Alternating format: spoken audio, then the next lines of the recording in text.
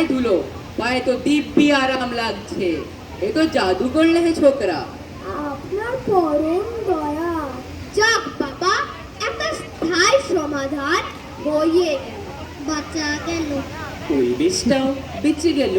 আর আমাদের রাজ্যটাও এবার তোমায় ইনাম দেব বাছা বলো কি চাও মহারাজ এই বুদ্ধি আগে আমার মাথায় এসেছিল এই বেটা কিভাবে যেন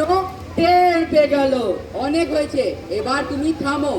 অপদার্থ একটা তোমাকেই আগে ফুলে চড়ানোর দরকার ছিল বলো বাছা কি চাও তুমি আপনার চরণে স্থান পেলেই আমি ধন্য হই তবে একখানি ইচ্ছা ছিল মনে। এই চর্ম আবরণ সকলে যেন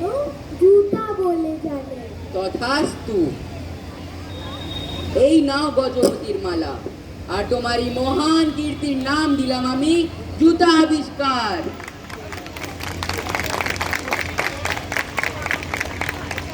চর্মকারের কীর্তি দেখে রাজা খুশি হলো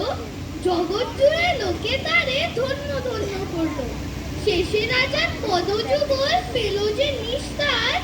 ইতিহাসের অমর কীর্তি জুতা আবিষ্কার